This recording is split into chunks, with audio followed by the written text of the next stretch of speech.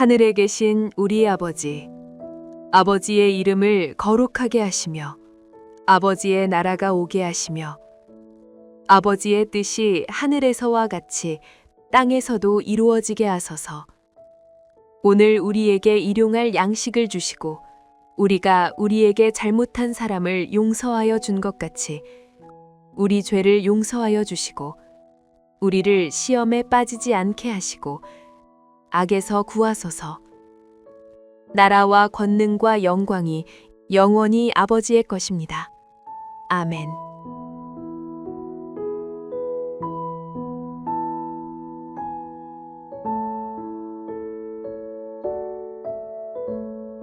저물었을 때에 아리마대의 부자 요셉이라 하는 사람이 왔으니 그도 예수의 제자라.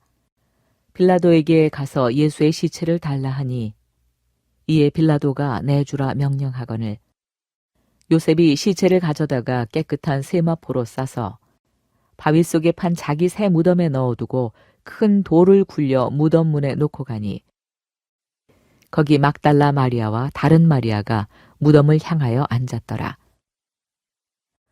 그 이튿날은 준비일 다음 날이라. 대제사장들과 바리새인들이 함께 빌라도에게 모여 이르되 주여, 저 속이던 자가 살아있을 때 말하되 내가 사흘 후에 다시 살아나리라 한 것을 우리가 기억하노니 그러므로 명령하여 그 무덤을 사흘까지 굳게 지키게 하소서. 그의 제자들이 와서 시체를 도둑질하여 가고 백성에게 말하되 그가 죽은 자 가운데서 살아났다 하면 후의 속임이 전보다 더 클까 하나이다 하니 빌라도가 이르되 너희에게 경비병이 있으니 가서 힘대로 굳게 지키라 하거늘 그들이 경비병과 함께 가서 돌을 인봉하고 무덤을 굳게 지키니라.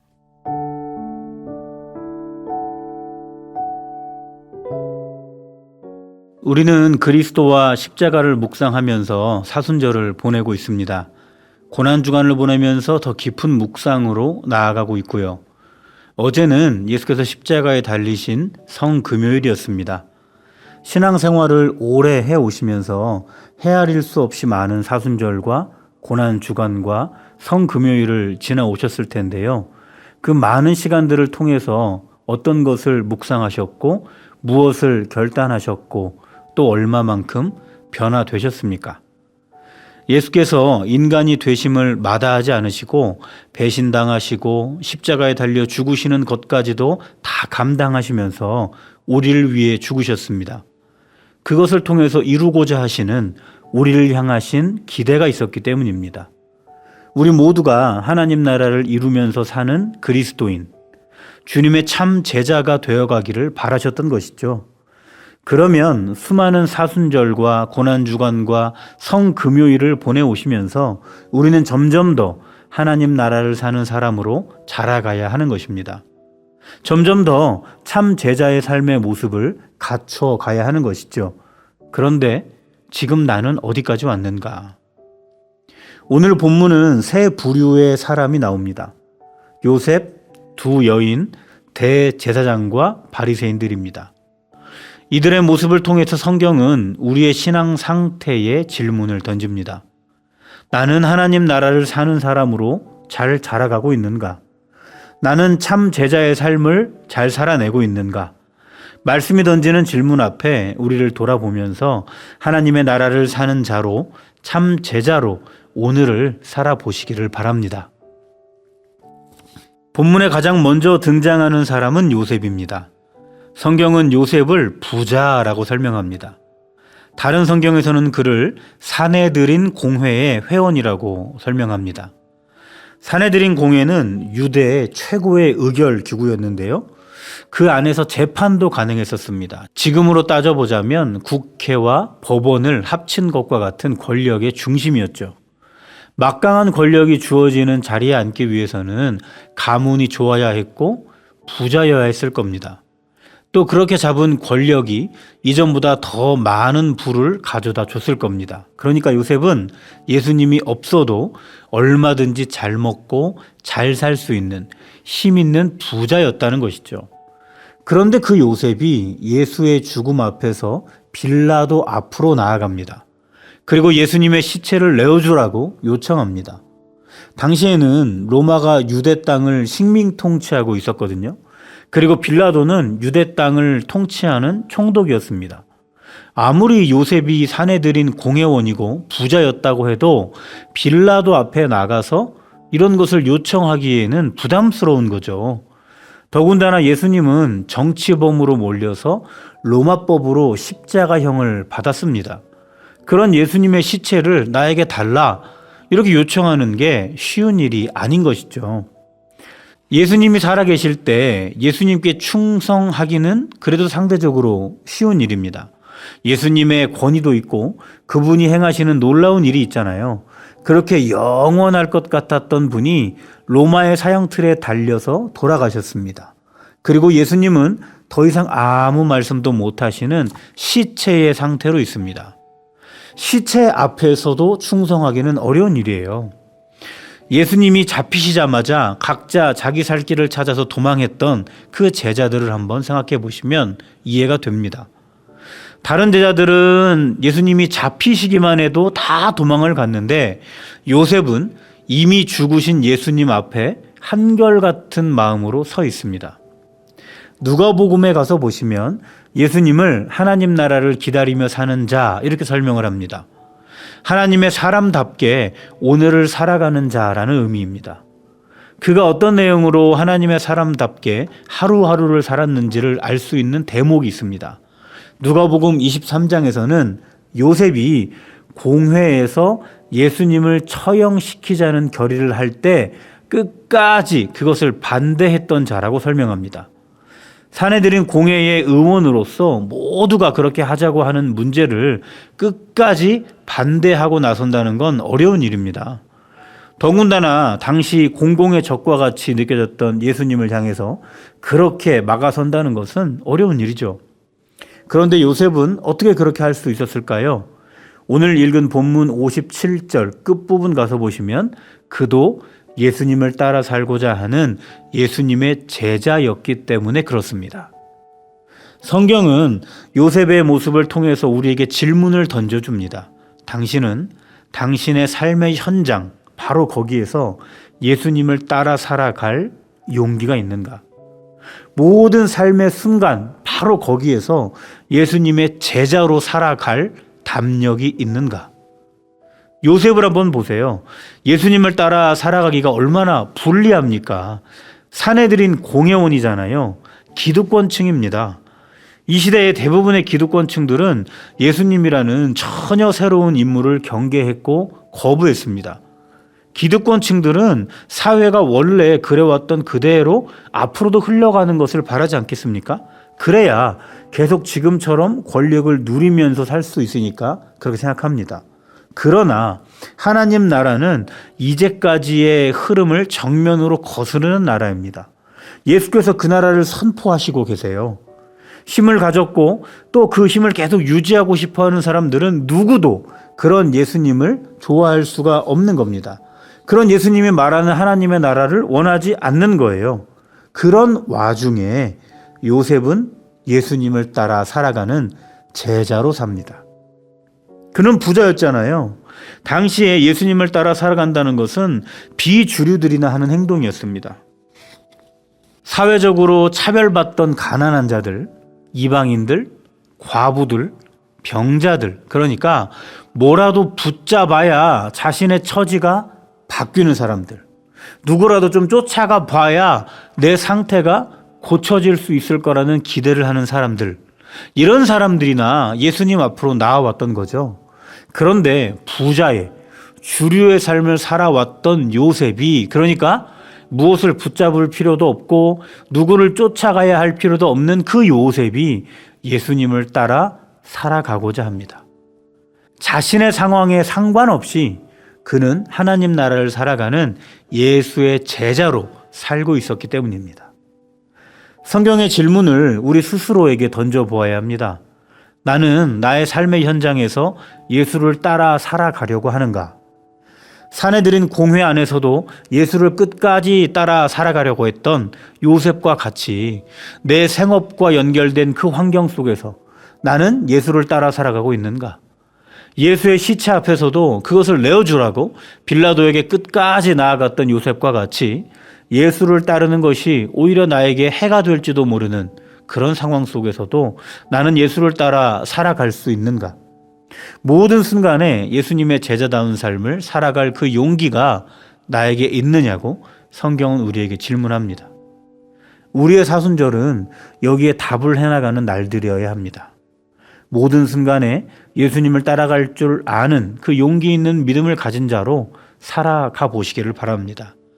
나의 분리를 떠나서 삶의 순간마다 예수님의 제자로 삶을 살고자 하는 그것이 십자가를 지시면서 우리를 향해 기대하신 예수님의 소망입니다.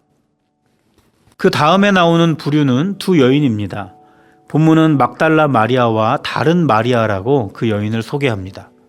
성경은 예수님의 12제자를 중점적으로 기록하고 있기 때문에 이 12이 예수님을 따르는 전부였을 거라고 생각을 하지만 그렇지 않습니다. 많은 제자들 무리가 있었고요. 그들 중에 핵심 멤버가 이 12이었던 것이죠. 제자들 그룹 중에는 주로 수종을 드는 일을 담당했던 여성 제자 그룹들도 있었습니다. 여기에서 나오는 이 두 마리아가 이 여성 제자 그룹의 일원이었던 것이죠. 이 여성 제자들은 수도 없이 등장하는 12제자들과는 다르게 성경에서 거의 다뤄지지 않습니다. 그래서 누구도 주목하지 않는 사람들입니다. 그런데 예수님이 장사되는 바로 그 장소에 바로 이들이 있습니다.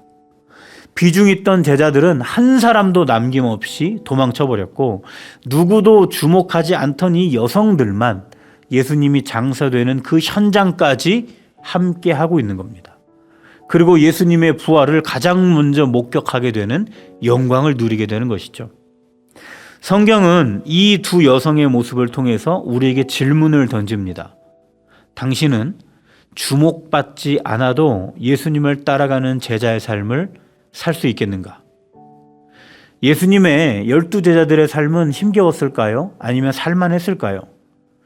물론 어려움들이 많았겠지만 살만했을 거라고 생각합니다. 자신들이 따라가는 예수님은 그 당시에 권위자였던 바리새인, 서기관들, 대제사장들 앞에서도 전혀 밀리지가 않습니다. 오히려 그 권위자들이 예수님 앞에서 말문이 막혀 당황합니다. 너무나 멋진 분 아닙니까?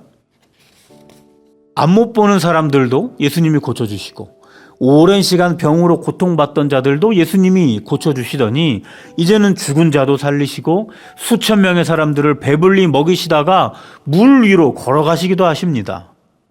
내가 쫓아가는 예수님이 이런 분인 거예요. 너무 흥분되는 일 아닙니까? 힘이야 들겠지만 따라갈 맛 나지 않겠느냐 하는 거예요. 이럴 때 예수님의 제자의 삶을 살아가는 것은 그런대로 살만합니다.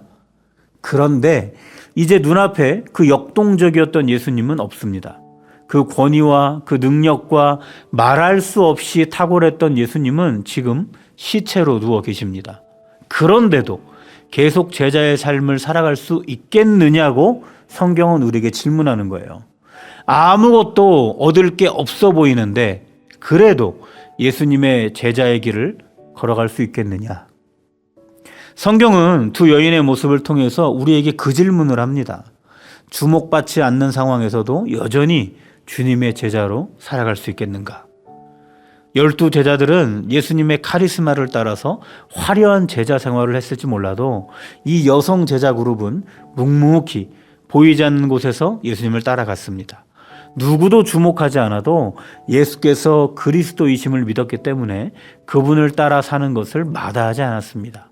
결국에는 주목받던 모든 제자들은 등을 돌려서 떠났음에도 불구하고 끝까지 예수님 곁을 지키던 자들은 주목받지 못하던 자들이었습니다.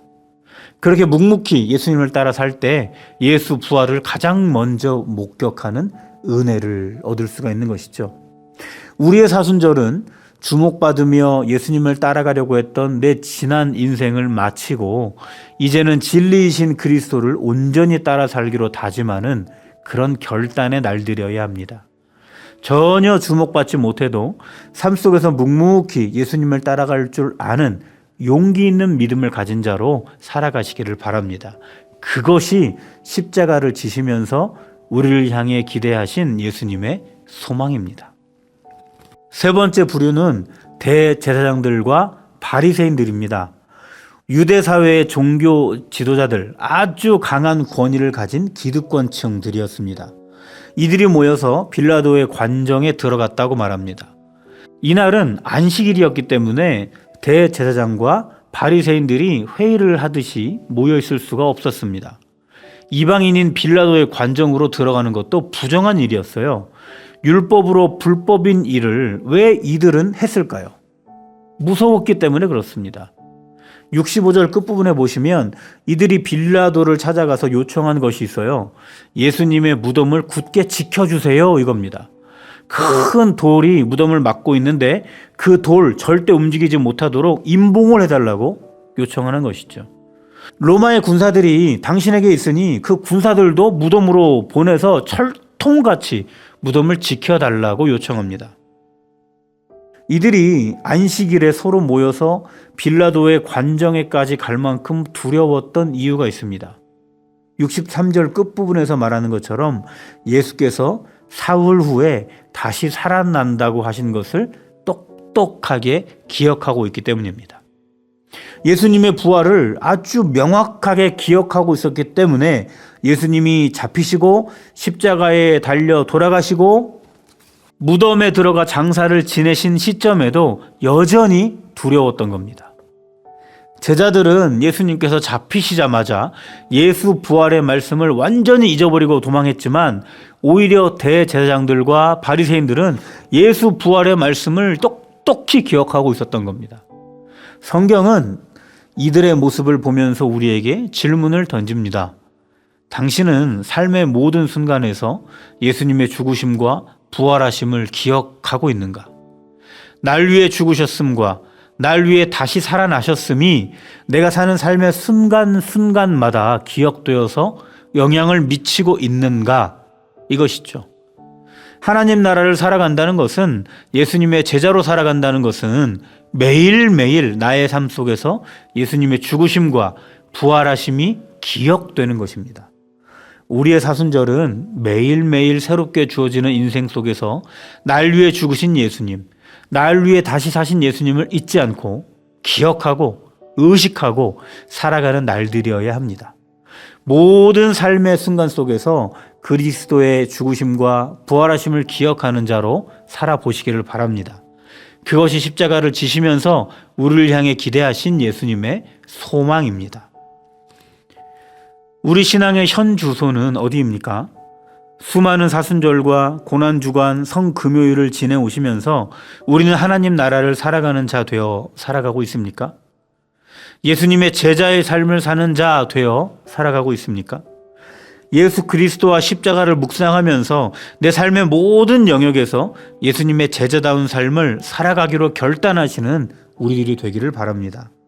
예수 그리스도와 십자가를 묵상하시면서 전혀 주목받지 못해도 내 삶의 자리에서 묵묵히 예수님을 따라 살아가는 자 되어 가시기를 바랍니다.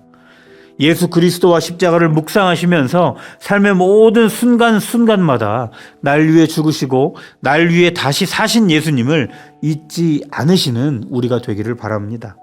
그렇게 신앙의 연수가 길어지면 길어질수록 지나보낸 사순절과 고난주간과 성금요일들이 많아지면 많아질수록 우리의 삶도 그리스도인다워지기를, 예수님의 기대에 가까워지기를 바랍니다. 그런 마음으로 오늘을 살아가시는 저와 우리 모두가 되기를 간절히 바랍니다. 기도합니다. 거룩하신 하나님, 날 위해 예수님을 보내주시고 그 예수님을 따라 살아가도록 이끌어 주시니 감사합니다. 긴 시간 신앙생활을 해와도 더디게 변해감을 긍휼히 여겨주시고 매일매일 성숙의 길에 소홀하지 않게 도와주시옵소서. 삶의 모든 영역에서 그리스도를 따라 살게 하시고 예수를 따라가는 길에 유분리를 따르지 않으며 묵묵하게 걷게 하시고 삶의 모든 순간에서 날 위해 죽으시고 날 위해 다시 사신 그리스도를 기억하며 살아가게 하여 주시옵소서. 예수님의 이름으로 기도합니다. 아멘. 말씀에 따른 더 깊은 기도로 나아가시길 바랍니다.